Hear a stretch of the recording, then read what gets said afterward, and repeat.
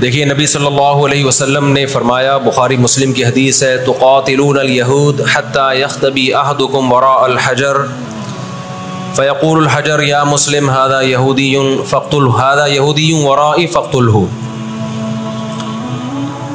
नबी सल्लल्लाहु अलैहि वसल्लम ने फरमाया, तुम्हारी यहूद से लड़ाई होगी, जिहाद होगा, यहाँ तक कि कोई यहूदी अगर पत्थर के पीछे छुपेगा तो पत्थर कहेगा कि है मुसलमान, ये यहूदी है, इसको कत्ल कर दे, ये मेरे पीछे छुपा हुआ है। हर दरख्त भी गवाही देगा, हर पत्थर भी गवाही देगा, इल्लल गरक़द, सिवाय गरक़द दरख्त के। यहूदियों को कोई मुक़द्दस दरख्त है जो इसराइल में बहुत ज़्यादा लगाते भी हैं ये लोग। नबी सल्लल्लाहु अलैहि वसल्लम ने जब ये बात इरशाद फरमाई तो उस वक्त मुसलमानों की यहूदियों से ऐसी किसी लड़ाई का तसव्वुर भी नहीं था। एक पेशगोई थी जो किसी के ख्वाब ख्याल में भी नहीं था कि सदियों बाद जाके ऐसा हो सकता है। इससे भी पता चलता है कि हमारे नबी सल्लल्लाहु अलैहि वसल्लम की जो पेशगोइयाँ हैं वो अगर वो पूरी नहीं हुई तो आप टाइम का इंतज़ार करें, एक वक्त पूरी हो जाएंगी। 1300 साल तक मुसलमानों को इस हदीस का मतलब समझ में नहीं आया। अमली दुनिया में ईमान तो था सबका कि अल्लाह के नबी ने जो फरमाया बरहक है, क्योंकि यहूदियों से मैंने बताया ना, लड़ाई हुई नहीं है। जब मदीना से और जज़ीरे अरब से इनको निकाला गया, ये दुनिया के मुख्तलिफ मुल्कों में जाके आबाद हो गए हैं। उसके बाद ये हमेशा या तो ईसाइयों के ज़ेरे साया रहे हैं या मुसलमानों के ज़ेरे साया रहे। इनकी लड़ाई अगर हुई ईसाइयों से हुई है, मुसलमानों से इनका कभी टाकरा नहीं हुआ। लेकिन पैगम्बर सल्लल्लाहु अलैहि वसल्लम ने क्या फरमाया सहाबा से, तुक़ातिलूना, तुम लड़ोगे, तुमसे मुराद ये उम्मत लड़ेगी। एक वक्त आने वाला है और ऐसी लड़ाई होगी, ऐसी लड़ाई होगी कि हत्ता यख्तबी अहदुकुम वरा अल-हजर, के पत्थर और दरख्त भी यहूदी का साथ देना छोड़ देंगे। आज दुनिया जिन हालात की तरफ जा रही है ना, ये ऐसा लगता है कि इस हदीस के पूरा होने का टाइम आ गया है। हम जब कुरान मजीद पढ़ते थे, अब भी पढ़ते हैं, लेकिन जब तलब इल्मी के दौर में जब समझ के पढ़ना सीखा हमने, तो हम जगह जगह कुरान में देखते थे ज़ुरिबत अलैहिमुज़्ज़िल्ला, अल्लाह ने इन पर ज़िल्लत को मुसल्लत कर दिया है। मैं बार बार कहूँ, यहूदियों से हमारी मुराद अलल इतलाक़ सारे यहूदी नहीं है, क्योंकि मेरे बयान को लोग शॉर्ट क्लिप बना के गलत चलाते हैं। अभी मेरा एक बयान किसी ने चलाया, मैं बयान में कह रहा हूँ कि औरत और मर्दों की नमाज में जो फ़र्क है किसी हदीस से अगर साबित नहीं है, तो ये भी तो हदीस से साबित नहीं है कि औरतें सफ़ा मरवा में चलेंगी, दौड़ेंगी नहीं। ये भी तो हदीस से साबित नहीं है कि औरतें आहिस्ता लब्बैक कहेंगी। आगे मैंने पूरी डिटेल में बात की है। किसी ने मेरा इतना सा क्लिप चला दिया और जवाब में किसी दूसरे का क्लिप चला दिया कि देखो फला फला हदीस तो है, फला हदीस तो है जिसमें आता है औरतें सफ़ा मरवा पे चलेंगी। हालांकि मैं उन हदीसों का जवाब उस क्लिप में दे चुका हूँ। नंबर 1 वो मरफू हदीसें नहीं है, नंबर 2 वो सही रिवायतें नहीं है, मनगढ़ंत हैं, या तो बहुत दर्जे की ज़ईफ़ हैं, इस काबिल नहीं है कि उनको दलील के तौर पे पेश किया जाए। लेकिन शरारती ने मेरा आधा क्लिप चलाया और दूसरे स्कॉलर का मेरे मुकाबले में लगा दिया।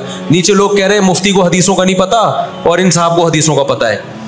तो आप कर लें जो मर्जी करना है, क़यामत में अल्लाह हिसाब व किताब ले लेगा। तो मेरे क्लिप लोग अधूरे चलाते हैं। हमें अल्लाह का शुक्र है, इन लोग, हम नहीं कह रहे हम बहुत बड़े फंटर हैं, ये जो आजकल के यूट्यूबर्स आ रहे हैं ना, जो नए नए स्कॉलर्स आ रहे हैं, इनसे कुरान का भी अल्हम्दुलिल्लाह ज़्यादा पता है, हदीसों का भी इनसे अल्हम्दुलिल्लाह ज़्यादा पता है। हमने जिन उस्ताज़ों से हदीसें पढ़ी हैं ना, उनके 20-20 साल के तजर्बे हदीस पढ़ाने के, और वो उर्दू में नहीं पढ़ाते हैं, वो अरबी में पढ़ते हैं, अरबी में पढ़ाते हैं, और अस्माउर रिजाल के बड़े बड़े अल्लामे हैं। समझते हो कि नहीं समझते? और मैंने तो दौरे हदीस जो किया है ना, दौरे हदीस हमने तो अलग ही स्टाइल में किया है। हम पर तो पाबंदी थी कि जब हदीस का सबक होगा तो हमने खुद अरबी किताबें देखकर, अरबी शुरूहात देखकर लेक्चर को तैयार करना है। सनद भी खुद पढ़नी है, सनद की बहस भी, और पूरी बहस भी खुद ही तैयार करनी है। तो इस स्टाइल में जब इंसान हदीस पढ़ता है तो उसकी इस्तेदाद और ज्यादा बढ़ जाती है। आजकल के जो नए नए स्कॉलर आ रहे हैं, इनसे कहो कि बगैर जबर जेर पेश के ना हदीस की एक सनद पढ़ के दिखा दें, मफहूम तो अगली चीज है। तभी हम कहते हैं सामने बैठ के जो मसाइल हल होते हैं ना, वो यूट्यूब पे क्लिपबाजियों से नहीं होते। इन सामने बैठते नहीं है लोग। मेरे 3 दुनिया में मुनाजरे हुए हैं, 3, और तीनों में अल्हम्दुलिल्लाह अल्लाह ने मुझे फतह दी है। अभी चूंकि मौजू इसराइल का चल रहा है, ये मुनाजरों की बहस करना मुनासिब नहीं है, वो मैं फिर किसी और वक्त बताऊंगा। लेकिन मुनाजरे कुछ उसूल और ज़ाब्ते के तहत होते हैं तो होगा। बगैर ज़ाब्तों के कोई भी आके बैठ के मुर्गों की तरह लड़ना शुरू कर दे, इसको बहस मुबाहिसा नहीं कहते, इसको मुर्गों की लड़ाई कहते हैं। तो मुर्गों की लड़ाई में हम अपने आप को नहीं धकेलते, हम टर्म एंड कंडीशन फिक्स करके बात करने पर आमादा होते हैं। समझता है कि नहीं समझता? तो 3 हुए मेरे, फिर कभी बताऊंगा इंशाल्लाह। अभी तो ये इसराइल का टॉपिक ज्यादा है, मैं इन झगड़ों से जो आजकल के स्कॉलर्स के चल रहे हैं। तो बार बार मैं कहता हूं, मेरा क्लिप अधूरा चलाते हैं ना तो कोई यहूदियों के खिलाफ ना चलाए। सारे यहूदी एक जैसे नहीं है, हम इसराइल के अगेंस्ट हैं, तो हमारी जो लड़ाई होगी इसराइल से होगी। हदीस में जिस यहूदी से लड़ाई का जिक्र है उससे मुराद भी कौन से यहूदी हैं? ये फितना परस और शर पसंद यहूदी हैं जो इसराइल पे गासिबाना कब्जा, फलस्तीन पे जिन्होंने गासिबाना कब्जा किया हुआ है। समझते हो कि नहीं समझते? तो आप सल्लल्लाहु अलैहि वसल्लम ने फरमाया कि तुकातिलून अल यहूद, तुम्हारी जंग किससे होगी? यहूद से होगी। दज्जाल किसका सपोर्टर होगा?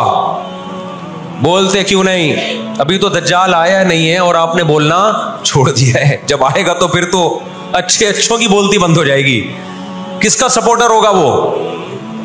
हाँ, मैं अर्ज कर रहा था कि हम जब कुरान पढ़ते थे, ज़ुरिबत अलैहिमुज़्ज़िल्ला, कुरान कहते हैं हमने जिल्लत इनके ऊपर दे मारी है, उन फसादों की वजह से जो ये करते रहे हैं दुनिया में, उन फसादात की वजह से। हम जब पढ़ते थे हम कहते थे अल्लाह आज तो यहूदी जलील नहीं है। इसराइल कितना पावरफुल है कि गिच्ची किसकी पकड़ी हुई है उसने? अमेरिका की। हिंदुस्तान को गिच्ची से पकड़ा हुआ है। तो आज तो बड़ी इज्जत है। मैंने अपने उस्ताद से ये सवाल पूछा, उन्होंने बड़ा माकूल जवाब दिया और ये तफसीर की किताबों में भी लिखा है। देखें, आप यहूदियों की हिस्ट्री उठा के देखें ना, हमेशा कोई ना कोई ऐसा इन पर मुसल्लत हुआ है जिन्होंने इनकी शरारतों का मजा इनको दुनिया में चखाया है। कुरान से भी ये बात साबित है कि इनको इनकी शरारतों का मजा, अजाब जो है वो दुनिया में मिलता रहेगा। मैं बार बार कहता हूं, हिटलर ने भी इनको अजाब दिया है। हिटलर से पहले भी इस्लामी नहीं बल्कि दुनिया की तारीख में बहुत से हिटलर गुजर चुके हैं जिन्होंने इनकी शरारतों के इनको दुनिया में सजा दी है।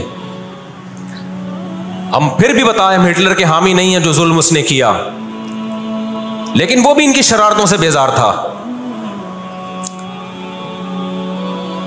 कुरान कह रहे हैं हमने इन पर जिल्लत को दे मारा है। दुनिया में बहुत दफा रुस्वा हुए ये। अब क्या है? ये आखिरी जिल्लत है यहूदियों की, जो अब किसके हाथों होने वाली है? फिलिस्तीनियों के हाथों। आपको मालूम होना चाहिए, जब दुनिया में किसी को बहुत ज्यादा जलील किया जाता है ना, तो पहले उसको इज्जत दी जाती है। किसी के गले में आप जूतों का हार पहना दो, ये भी एक जिल्लत है। और एक तरीका ये, 3 पीस सूट टाई में आप उसको सदारत की कुर्सी पे बिठाएं और फिर आप उसको जूतों का हार पहना दें। बताओ कौन सी बड़ी जिल्लत है? ये दूसरी जिल्लत पहली जिल्लत से बड़ी है। पूरी दुनिया में मार खाने के बाद ना, अपनी शरारतों की वजह से, आज अल्लाह ने इनको एक थोड़ी सी हुकूमत दी है। एक छोटा सा कंट्री, आप अगर इसराइल को नक्शे में देखेंगे तो कराची भी बड़ा है इसराइल से। इतना छोटा मुल्क, इतना छोटा मुल्क, और तादाद भी बहुत थोड़ी। अल्लाह ने इन्हें कुछ वक्त पनपने दिया है। अल्लाह ने कहा ठीक है, तुम दुनिया तुम्हारी आखिरी शरारत देख ले, उसके बाद जो मेरी तरफ से तुम पे मार पड़ने वाली है, उसके बाद क़यामत तक तुम दोबारा उठने के काबिल नहीं रहोगे। ये आखिरी जिल्लत का इंतजाम हो रहा है यहूद का। और जो फाइनल मैच होता है ना, वो शानदार ही होता है। क्या ख्याल है? सेमीफाइनल में उतना लोग दिलचस्पी से नहीं देखते, क्वार्टर फाइनल में इतना दिलचस्पी से बोलो नहीं देखते जो फाइनल मैच देखते हैं।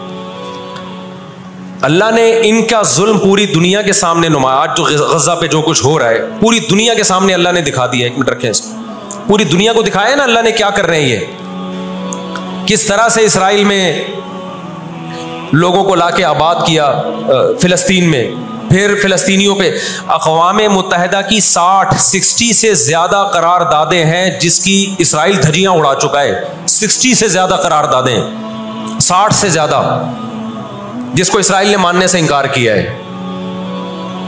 यूनाइटेड नेशन की बात कर रहा हूं मैं। तो अल्लाह ताला इनको थोड़ा सा पनपने दे रहे हैं कि ठीक है, इस दफा सेमीफाइनल तुम जीत लो, फाइनल तक तो पहुंचो ना तुम, उसके बाद होगा क्या। देखो, आपने सुना होगा कि लातों के बूत हाथों से नहीं मानते। ये जो इसराइल जो कुछ कर रहा है ना, इसका असल हल मुझे भी पता है मुजाहिरों में नहीं है, इसका असल हल है जिहाद।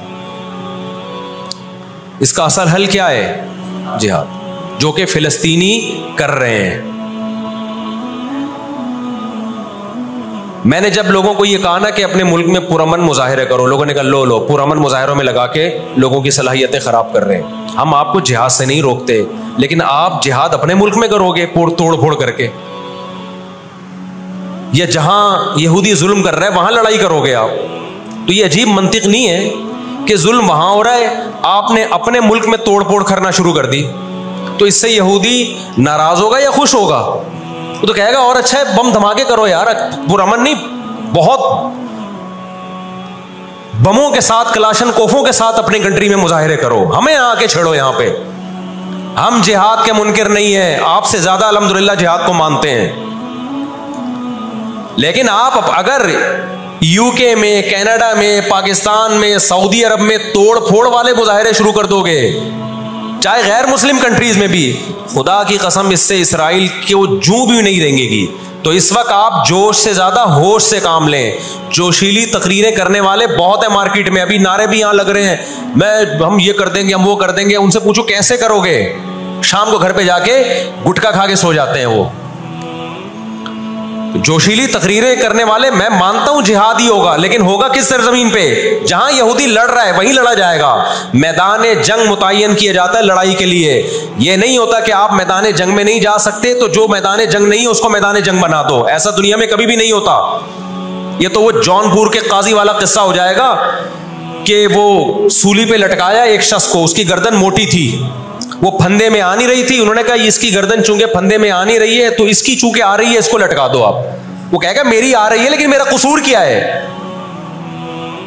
तो ये अजीब किस्म का जिहाद है। आप अपने मुल्कों में, यूके, कनाडा में आपने अगर तोड़फोड़ करना शुरू कर दी, वो छोड़ेगा थोड़ी कनाडा आपको। यूके, अमेरिका में आपने अगर तोड़फोड़ शुरू कर दी, वो छोड़ेगा थोड़ी। आपकी औकात कितनी है?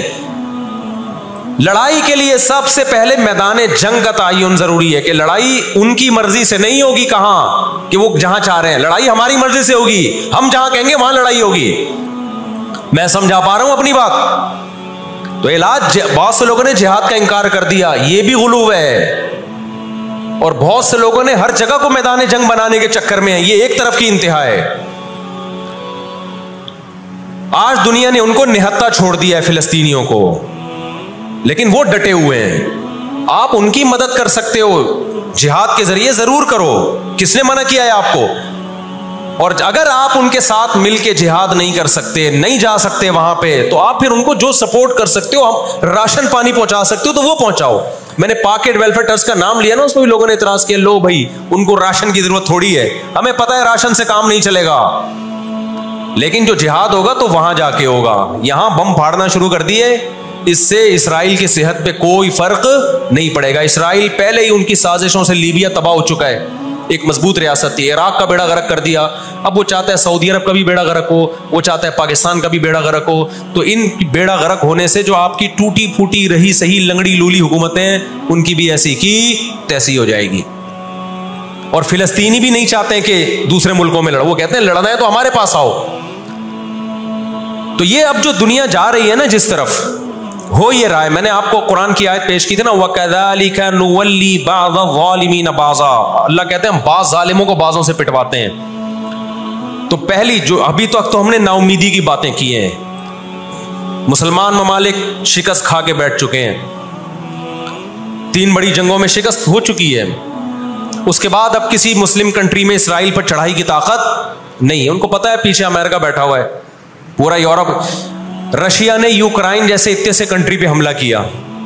आप नक्शे में देखें, यूक्रेन इतना सा है, रशिया क्या है, यूं अगर वो पांव भी रख देना तो कुचल दे। लेकिन जीत गया क्या वो जंग? बोलते क्यों नहीं? क्यों? यूक्रेन इतना सा है मगर उसके पीछे कौन है? पूरा यूरोप है। पूरा यूरोप उसके पीछे, ये जंग तूल पकड़ती जा रही है। रशिया अब तक यूक्रेन को कंट्रोल में नहीं ले सकता, और मुझे तो ऐसा लगता है, मैं कोई यकीनी रिपोर्ट नहीं है, शायद इस जंग के पीछे भी इसराइल की साजिश हो। उनको पता था कि एक हमारा दुश्मन है सोवियत यूनियन, रूस।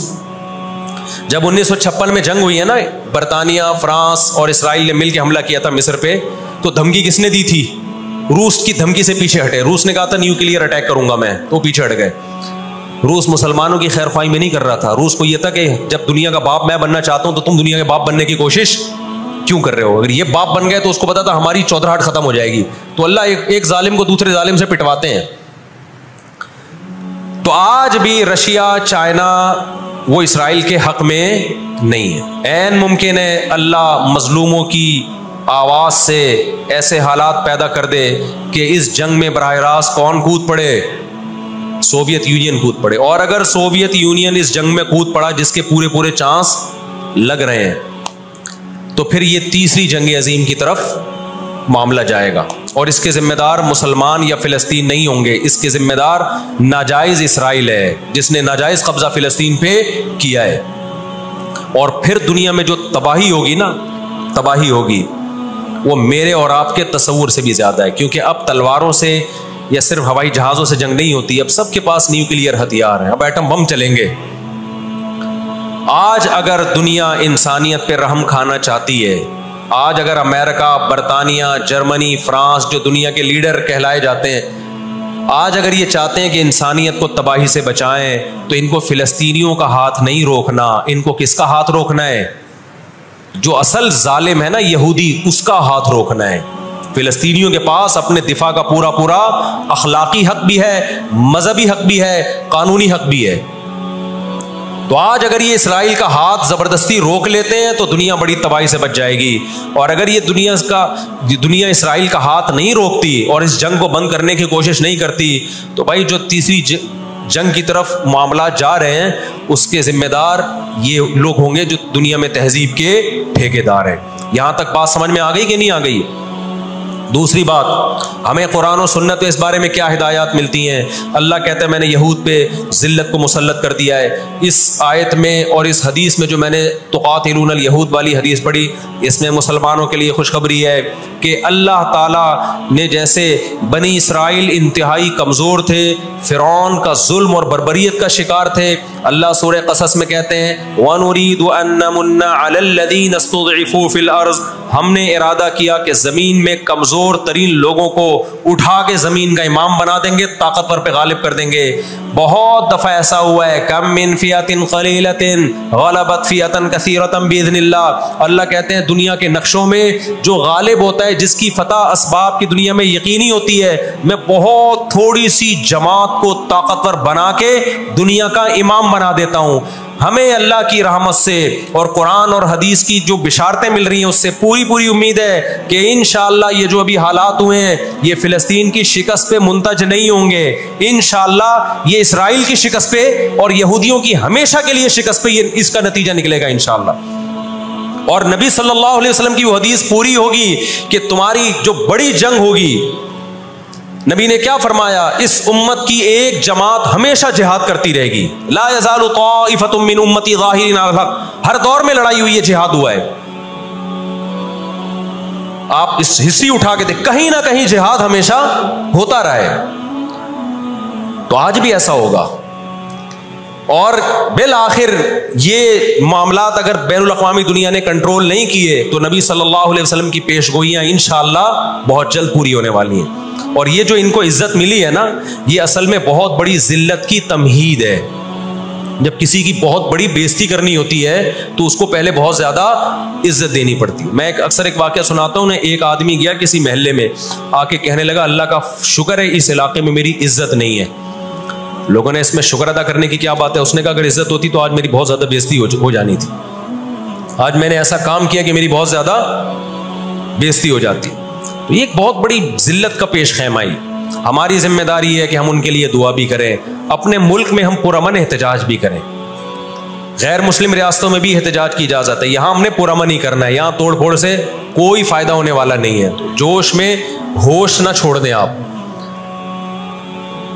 यूके में पाबंदी लगाई कि आप फिलिस्तीनियों का झंडा नहीं लहरा सकते, लोगों ने लहराना शुरू कर दिया। उसका नतीजा क्या निकला? फिलिस्तीन आज़ाद हो गया। उससे जिन्होंने लहराया उनको गवर्नमेंट उठा के ले गई। तो थोड़े बहुत लोग जो कुछ गैरत जिनमें थी वो भी अपने आप को हाथ पांव कटवा रहे हैं अगर, तो फिलिस्तीनियों के लिए फिर एहतजाज करने वाला, आवाज उठाने वाला दुनिया में कौन होगा? तो जो मैदान जंग है वही मैदान जंग है, और जो मैदान जंग नहीं है उसको मैदान जंग बनाने की कोशिश ना करो। यहूदी चाहता है पूरी दुनिया मैदान जंग बन जाए, इसराइल में अमन हो जाए ताकि मैं बादशाही करूं दुनिया पे। हम चाहते हैं ना ना ना, जो मैदान जंग आपने जिस जगह को रखा है हम जंग वहां से हटने नहीं देंगे, वहीं मैदान जंग होगा, वही जगह मैदान जंग बनेगी। और आपने अपनी हुकूमतों पे दबाव डालना है, हुकूमतों पे प्रेशर। देखो उर्दून में जब एहतजाज हुआ है, उर्दून का बादशाह ने आके इसराइल के खिलाफ बयान दिया है। लोग समझते हैं इन एहतजाजों से क्या होगा, इन पुरअमन मुजाहिरों से क्या होगा।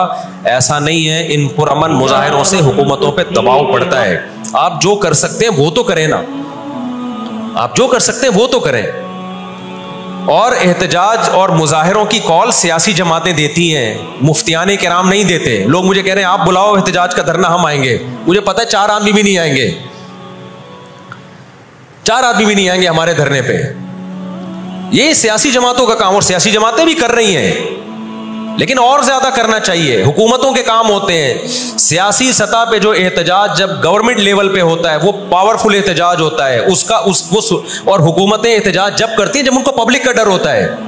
तो आप सोशल मीडिया पे, फेसबुक पे आप एहतजाज के जरिए दुनिया को दिखाओ हम फिलिस्तीनियों के साथ हैं। इससे फिलिस्तीनियों को भी सुकून मिलेगा कि दुनिया ने हमें यतीम और लावारिस नहीं छोड़ा। अब ये गजा का वाकया होने से पहले दुनिया ने उनको बिल्कुल लावारिस छोड़ दिया था। सारी दुनिया इसराइल से, हमारे मुल्क में इसराइल को तस्लीम करने और इत्तेहाद की बातें शुरू हो गई थी। इस जंग के बहुत ज्यादा नुकसानात हुए हैं, लेकिन इसका एक फायदा भी ये हुआ है कि इसराइल का इशू दोबारा दुनिया में खड़ा हो गया है। अब इतना आसान नहीं है इसराइल को तस्लीम करना। तो हम अल्लाह से दुआ करते हैं कि अल्लाह हमारे इन मजलूम भाइयों की मदद फरमा, और जो भी जालिम है उनको हिदायत दे, जो हिदायत के काबिल नहीं है अल्लाह उनको तबाह बर्बाद करे। उलमा ने ये भी कहा है कि फजर की नमाज में जो गासिब यहूदी हैं, इसराइली हैं, उनके खिलाफ कुनूत नाज़िला का भी एहतमाम करना चाहिए। तो इसका भी मौका मिले तो कुनूत नाज़िला पढ़नी चाहिए। कुनूत नाज़िला नबी सल्लल्लाहु अलैहि वसल्लम की सुन्नत है कि जब कुफ्र का जुल्म बढ़ता था तो आप सल्लल्लाहु अलैहि वसल्लम फजर में बद्दुआ किया करते थे फजर की नमाज में उनके लिए। तो इस्लाम जहाँ दुआएं सिखाता है, जालिमों के खिलाफ बद्दुआएं भी सिखाता है। अल्लाह ताला समझने की, अमल की तौफीक अता फरमाए।